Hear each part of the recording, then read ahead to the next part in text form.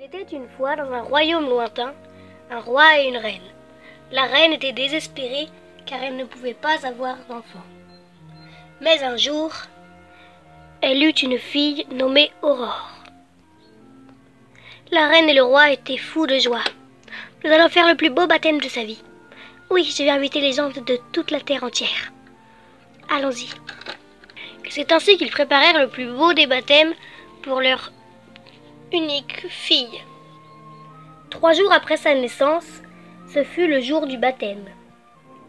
Comme promis, la reine avait invité toutes sortes de personnes, y compris le Père Noël.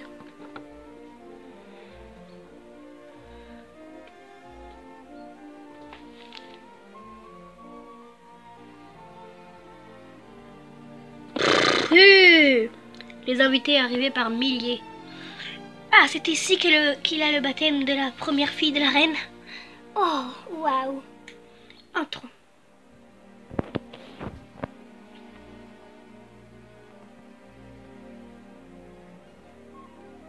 Au fil du temps, tous les invités arrivèrent et la cérémonie allait commencer.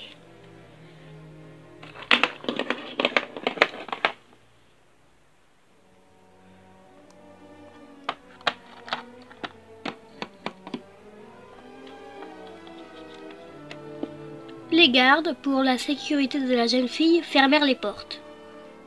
Le roi et la reine avaient aussi invité 7 fées marraines, les 7 du royaume, qui allaient être les marraines de leur jeune fille. Chacune d'elles lui attribua une qualité.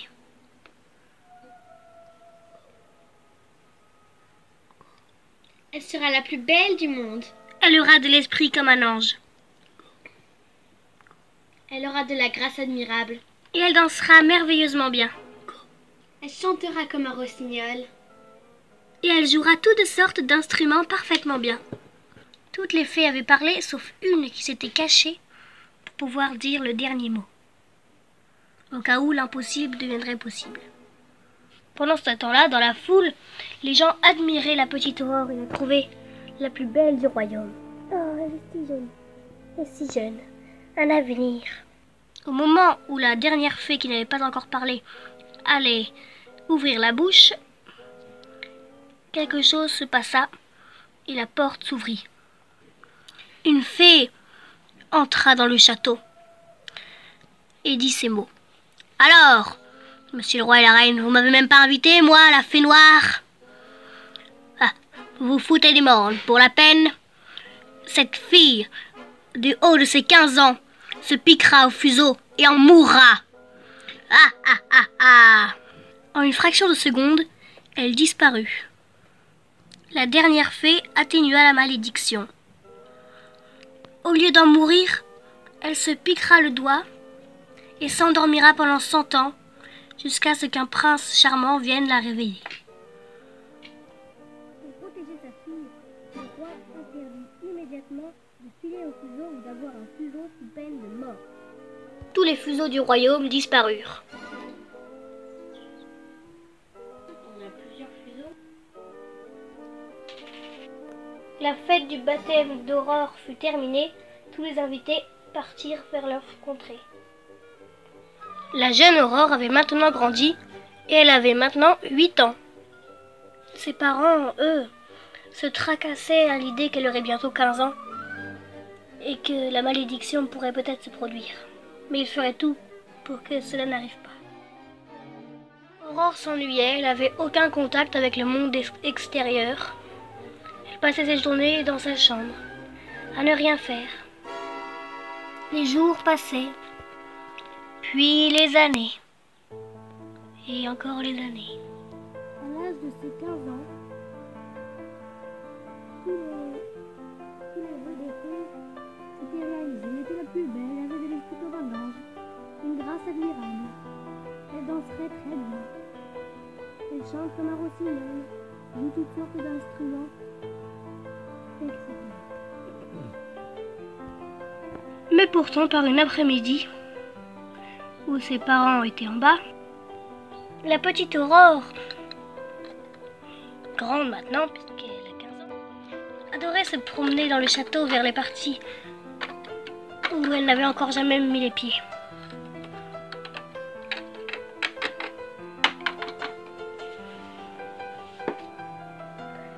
C'est ainsi qu'elle s'y promenait, et souvent tombait sur des endroits inconnus.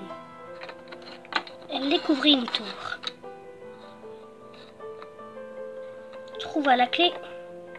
Comme elle était parfaitement bonne en maths, elle réussit bien sûr à résoudre l'énigme, et la porte s'ouvrit. En une seconde, elle fut à l'intérieur. Elle montit un très long escalier jusqu'au sommet de la tour la plus haute du château. Bonjour madame, que faites-vous? Justice, mon enfant, je file. Ah, vous êtes si vieille, je vais vous aider. Ah! Ah! Au secours! Ah, ah, ah, ah. La vieille femme disparut aussitôt. Chargé de surveiller cette porte était parti prendre un café, revint et entendit pousser le cri de la jeune fille. « J'arrive, madame !»« Ah, mon Dieu !» Le roi et la reine, quand ils eurent appris cette nouvelle, étaient si tristes. Ils la mirent dans son lit et la couverts de fleurs. Mais le roi et la reine se sentirent bientôt fatigués. Oh, yeah. C'est fou, j'ai l'impression que je vais...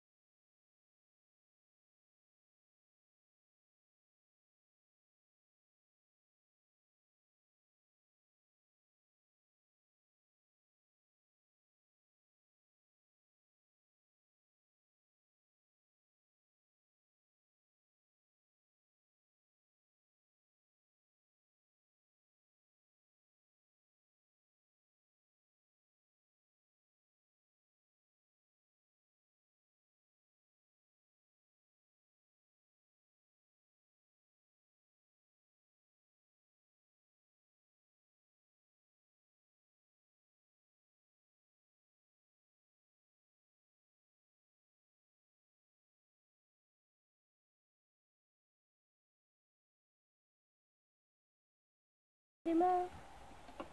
Je ne sais quoi encore.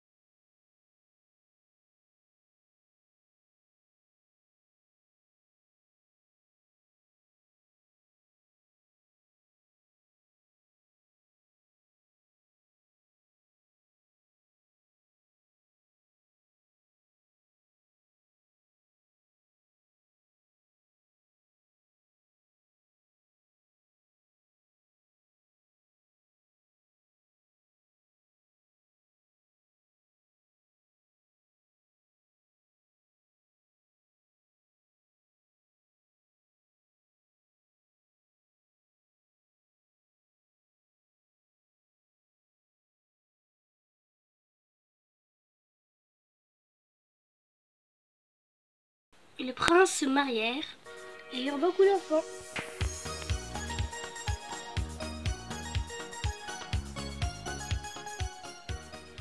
Et c'est la fin de cette histoire de la Belle au bois dormant.